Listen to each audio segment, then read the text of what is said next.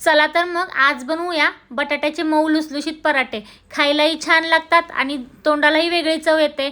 उन्हाळ्याच्या दिवसामध्ये जास्त भाजी चपाती खाल्ली जात नाही, म्हणून असं वेगळं काहीतरी करून खाल्लं जेवणही जातं आणि छानही वाटतं।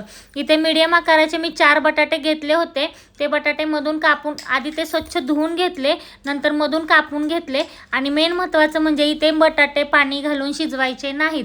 तुम्ही जर इथे बटाटे पाणी घालून शिजवले तर आपलं सारण पातळ होईल आणि आपला पराठा फाटला जाईल। पराठा एकदम पातळ होतो पराठा आणि फाटलाही जातो, सारण इकडेपर्यंत पोहोचत नाही, पळपुटला तो चिकटतो।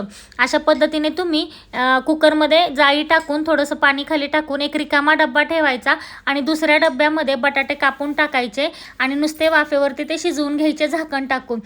बटाटे शिजेपर्यंत मी इकडे कणिक मळून घेतली होती। कणिक जास्त घट्टही मळायची नाही आणि पातळही मळायची नाही, मीडियम ह्याच्यामध्ये कणिक मळून घ्यायची। अगदी व्यवस्थित जास्त पाणी न घालता व्यवस्थित हाताने मर्दून कणिक मळायची। इकडे कुकर गार झाल्यानंतर मी बटाटे याच्यातून काढून घेतले होते। त्यासाठी बटाट्याच्या सारणासाठी म्हणजे स्टफिंगसाठी आपल्याला कांदे लागणार होते। इथे मी 2 कांदे मीडियम साईजचे 2 कांदे इथे चिरून घेतले। बटाटा थोडासा थंड झाला की त्याच्या साला काढून घेतल्या आणि साला काढून घेतल्यानंतर ते बटाटा हाताने थोडासा एकाचे 2 तुकडे अशा पद्धतीने करून घेतले। त्यानंतर मी त्यामध्ये कांदा घातला। त्यानंतर मी त्याच्यामध्ये आलं, लसूण आणि मिरचीची पेस्ट घालून घेतली। चवीनुसार मीठ घातलं त्याच्यामध्ये। त्यानंतर मग ह्याच्यामध्ये मी लाल तिखट, हळद, थोडासा गरम मसाला, परत धना पावडर आणि थोडीशी आमचूर पावडर आणि थोडासा चाट मसाला। तुमच्याकडे जर आमचूर पावडर अवेलेबल नसेल तर तुम्ही यामध्ये लिंबूही पिळू शकता। याने काय होतं की पराठ्याला एक वेगळी चव येते आणि तो खायलाही छान लागतो, एक वेगळं फील येतं खाताना। त्यासाठी मग याच्यामध्ये आमचूर पावडर किंवा लिंबू पिळून टाकायचं आठवणीनं। एकदा तुम्ही असं बनवा आणि मग मला सांगा कसं होतंय ते। मग मी हे व्यवस्थित मॅश करून घेतलं, हातानं एकजीव करून घेतलं। त्यानंतर मग मी पिठाचा एक पेड्यापेक्षा थोडासा मोठ्या आकाराचा गोळा घेतला इथे, तो छान पिठामध्ये बुडवून एक सारखा लाटून घेतला।